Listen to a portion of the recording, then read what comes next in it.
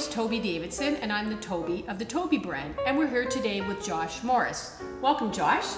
Thank you. Nice to have you here. Nice to be here. Our theme today is going to be about partying, hence why we brought Josh in. He loves to party and have a good time, and he knows a lot about cooking greens as well.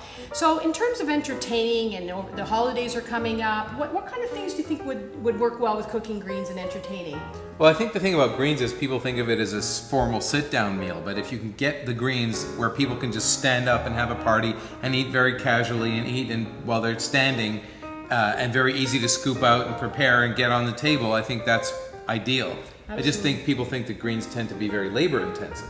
Well, what we've chosen today are two recipes that are kind of classics to partying. We have a hummus, which is a dip, and we've added a twist by adding the cooking greens into it. We're going to use the rapini today, but really any of the cooking greens, dark leafy greens, work well with hummus, which is obviously, as I said, a classical dip at parties. And the second thing we're going to show you and talk about is the classic spinach dip that you get at restaurants. It's really yummy and really decadent. So we've done a little twist on that recipe, and we're calling it the dynamic duo because it includes spinach and kale cooking greens. So one thing we just got to note that you do have to heat your greens and then cool them down when you're using them as a cold dish, or you can reheat them as well and make them a little bit more decadent by having them hot. Can you leave the greens cooked in the fridge for a period of time? Yeah. And they're still good? Yes, you can prepare them beforehand, leave them in the fridge, and then bring them out as you need them. Okay, so the first thing we're going to make is the hummus. We're going to do this together. Okay, you're going to help me? Okay, absolutely. Okay, so hummus has very natural, healthy ingredients, very simple ingredients. So what we're going to do is just simply put them all into the Cuisinart,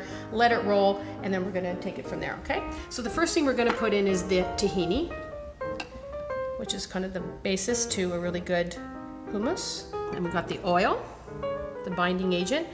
All greens need an oil to be absorbed in your body. It's very important that you need a fat with the greens, so that's very typical.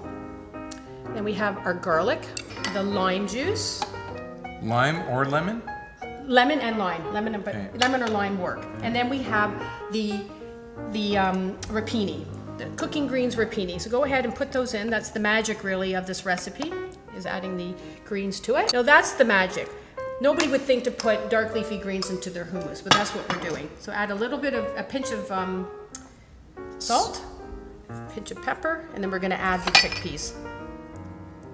The chickpeas is great for vegetarians. It adds protein, it adds texture, and obviously it's the heart of this dish. Doesn't that look nice? Just that alone, doesn't it look beautiful, Josh? You could eat it like that. That looks like one of those layered dips you get at a Mexican restaurant. That's true. So let's see if I can get this on. So we're gonna turn it on, and we're gonna this. It's gonna make a little noise now, so watch out. That should about do it. Okay, there we go. Looks beautiful. Let's see. Let's take it out. Thank you. So look at that. So it looks amazing. Okay, let's just simply put it into our dish. It's as easy as that. I want to show you taking it out just so the viewer can see how wonderful it looks, okay? So what would you eat this with, Josh? Well, I think it would be good with pita chips or even tortilla chips. I've had it with tortillas. It's been really good. Yeah. Regular bread. Okay, so doesn't that look beautiful? Looks fantastic. And the second dish that we're talking about earlier was the classic spinach dip that most restaurant menus have. So what we've done, Josh, is we made the classical dish with spinach, but we also added a second green, kale. So we call it the dynamic duo.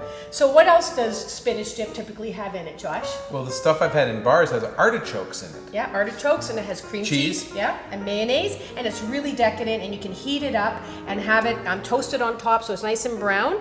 And we've actually shown it in two ways. This is nice for like a romantic dinner for two. This would serve two because it's very rich. You don't need that much. And this is more for having multiple people over for your evening or for dinner party and for the entertaining that you do. So we have a variety of different types of breads to eat it with as well. So it goes well with crispy bread, with some traditional pumpernickel, and some whole wheat. So here we have two simple classic dips with a twist, right? It's good with vegetables too, right? And vegetables goes really well with the hummus. And people would never think that there's these dark leafy greens in it. And the best thing about this is that it's easy to go from freezer to recipe with this. Okay. Great. So anyways, if you like this entertaining ideas? I love it. Okay, well thanks for coming out, Josh. Love to have you here. It's just great. add beer.